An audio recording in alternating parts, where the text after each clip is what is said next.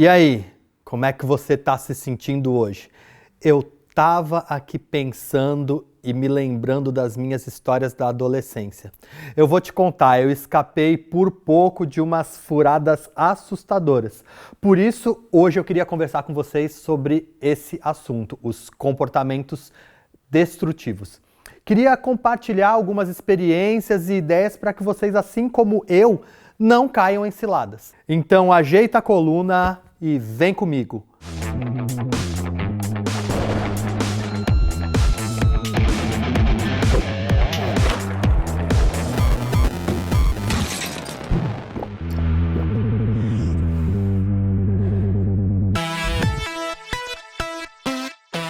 Para começar essa conversa, é importante a gente tentar entender um pouco melhor sobre esse momento da vida que vocês estão atravessando.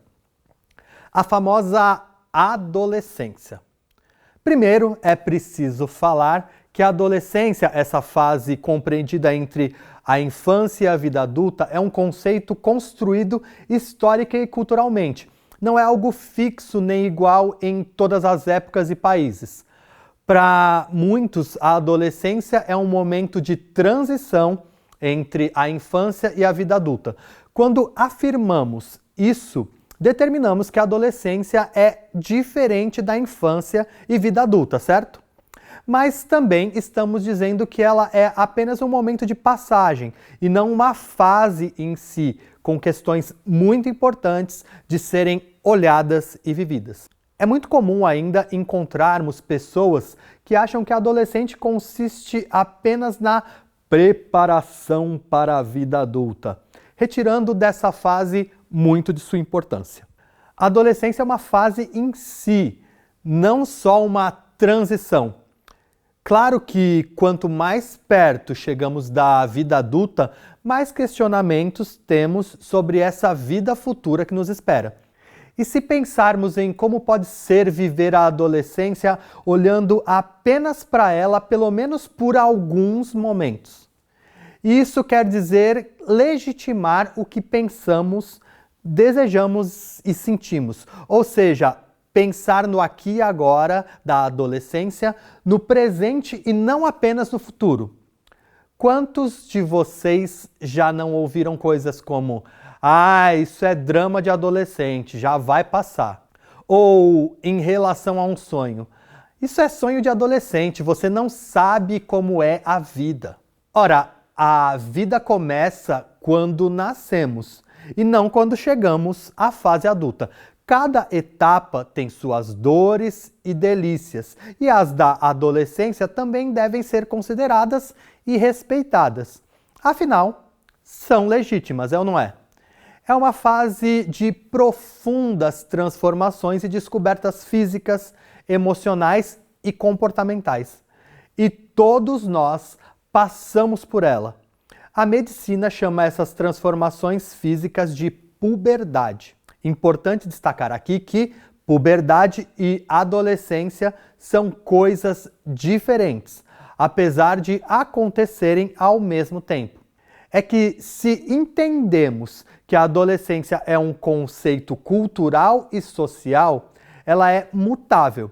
Porém, as transformações físicas em determinado momento da vida vão acontecer independente de cultura, de conceito, de época. E é na puberdade, que coincide com a adolescência como a entendemos hoje, que é o momento em que nossos hormônios são produzidos na máxima potência e com isso causando diversas transformações físicas, psíquicas e emocionais. É nessa fase que nossos corpos mudam.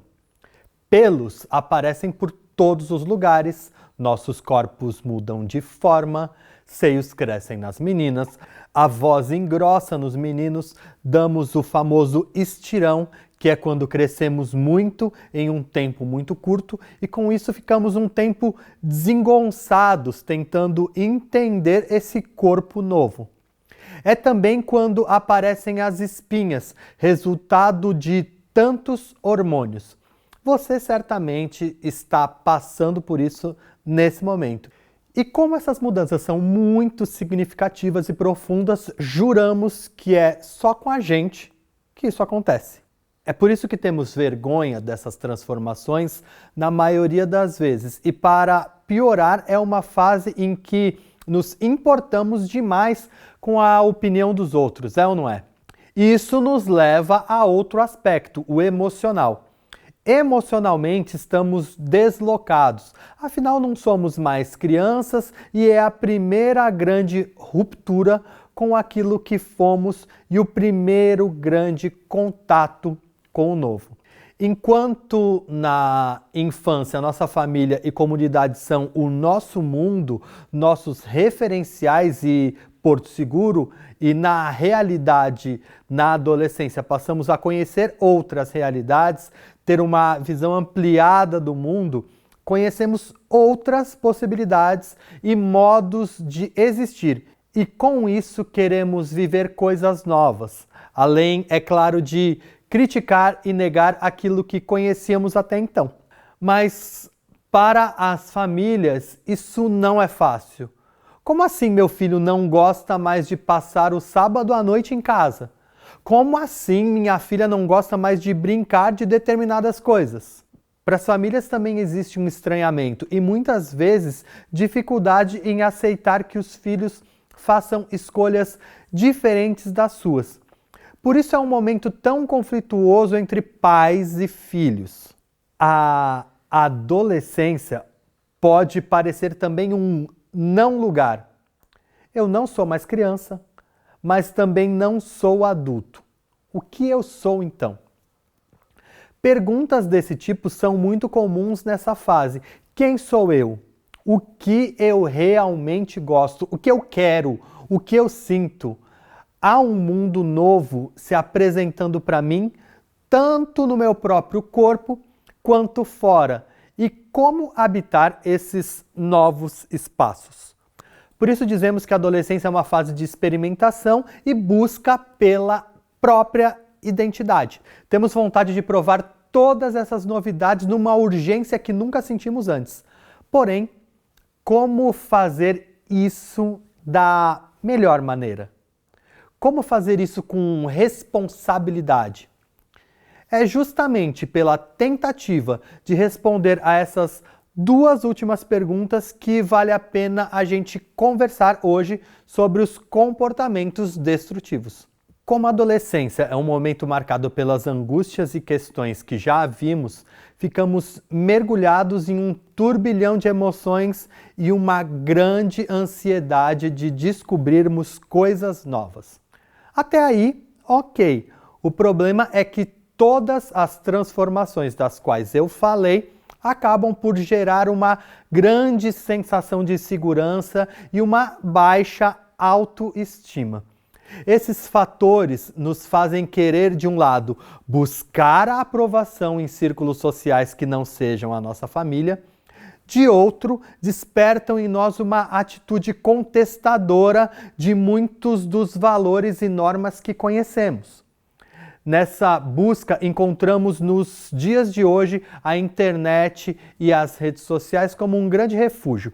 Acontece que o universo virtual, apesar de todas as suas vantagens de difusão e circulação do conhecimento, também é um espaço de autoafirmação e grande exposição das questões pessoais.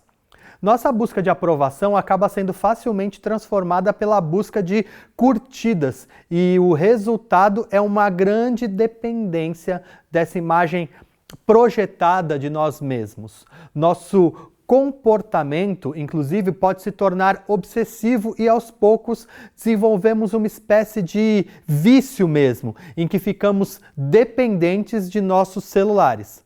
Além disso, ficamos mais suscetíveis a desafios lançados pelas redes sociais e a nossa tendência é aderir a eles sem perceber muito bem o perigo que eles representam. Em um estudo com 1.171 crianças e adolescentes dos 9 aos 16 anos de idade, o professor Gregory Michel, da Universidade de Bordeaux, revelou que aproximadamente 10% desses jovens participavam de jogos de desafio virtual. Mas apesar de ser um jogo, o que estava por trás dessas propostas eram desafios que colocavam em risco a vida desses jovens por posts em redes sociais, entende? Maluco isso, né? E pensar que na minha época os comportamentos de risco eram tocar a campainha do vizinho e sair correndo. Tá bem, eu admito. Havia no meu tempo de adolescente um outro comportamento destrutivo muito grave e que até hoje é muito presente.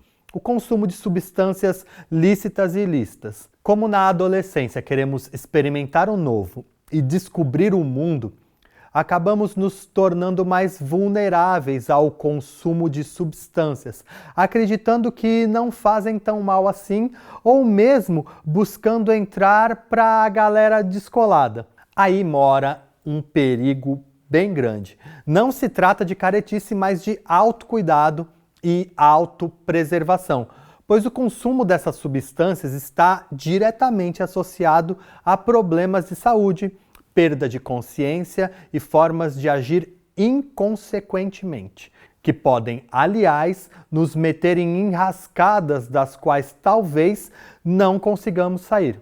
Ah, professor Xavier, você está exagerando. Eu sei que isso não faz mal e eu não caio nessa. Beleza, você pode até me dizer isso, mas os exemplos que eu citei são as formas mais radicais do comportamento destrutivo, aqueles em que o risco de vida é evidente. No entanto, existem várias outras formas de prejudicarmos a nós mesmos sem que nem percebamos. Quer um exemplo? A obsessão com a aparência. Muitas pessoas acabam se mirando em um padrão de beleza muito diferente de seus corpos e estruturas físicas. Por conta disso, acabam desenvolvendo distúrbios alimentares que prejudicam e muito a sua saúde. De outro lado, a ansiedade da adolescência também pode nos fazer cometer excessos. Então acabamos comendo compulsivamente, jogando compulsivamente, dormindo demais.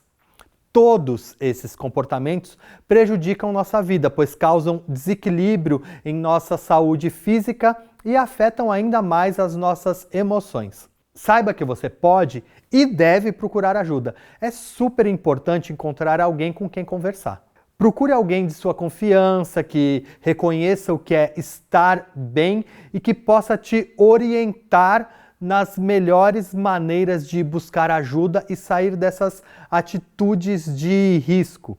É bacana que seja uma pessoa mais velha e mais experiente. Pode ser algum dos seus familiares ou mesmo seus professores. É importante você se lembrar que não está sozinho. Lembre-se, se algo te fere, não te faz bem, por mais descolado que isso possa parecer, não caia nessa. E por mais difícil que possa parecer viver todas essas confusões da adolescência, elas passam e aprendemos com elas. Por isso, o que você sente, deseja e realiza nesse momento da sua vida é tão importante. Porque criança, adolescente, adulto, idoso, você será sempre você. Cuide-se com carinho. Mas antes de terminar, eu queria te convidar a fazer um pequeno exercício. 1.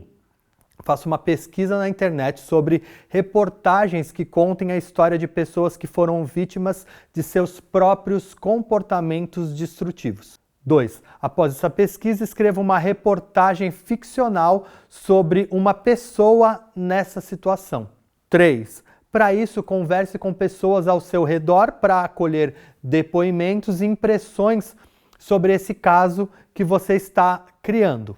A variedade de pontos de vista te ajuda a enriquecer a história e a ter ideias. 4. Depois da escrita dessa reportagem, inspirado pela história que você inventou, crie uma campanha de prevenção aos comportamentos destrutivos. Você pode, inclusive, engajar seus amigos e familiares e, de repente, lançar essa campanha em suas redes sociais.